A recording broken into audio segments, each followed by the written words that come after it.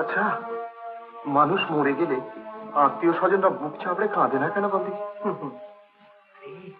আগের আমলে, হ্যাঁ, আগের আমলে কেউ যদি মারা যেত, আত্মীয় স্বজনেরা বুক চাপড়ে কাঁদতো, মুখে গঙ্গা জল দিত। হ্যাঁ। আর এখন মরার সঙ্গে সঙ্গে পকেট হাত রায়। পকেট হাত রায় কি রে? পকেট হাতরে বাক্স প্যাঁটলার চাবি খুঁজে, কাঁদবার সময় কোথায়? ও, চ এগোয়। এমনি নেই রে উড়ে বাবা, ধুক করছে, এক্ষুনি আত্মাটা বেরিয়ে আসবে। কিন্তু আমাদের যাকে দরকার সে তো ঘরের ভেতর গলায় দড়ি দিয়ে ঝুলবে। আচ্ছা, রকে পড়ে রয়েছে, এ তো সে নয়। কাপড়ে নিতে বাবার কাছে এই না কাতো, এটা সে না, এইটাকে নিয়ে যাও। জীবন্ত মানুষ নিয়ে যাবো কি রে?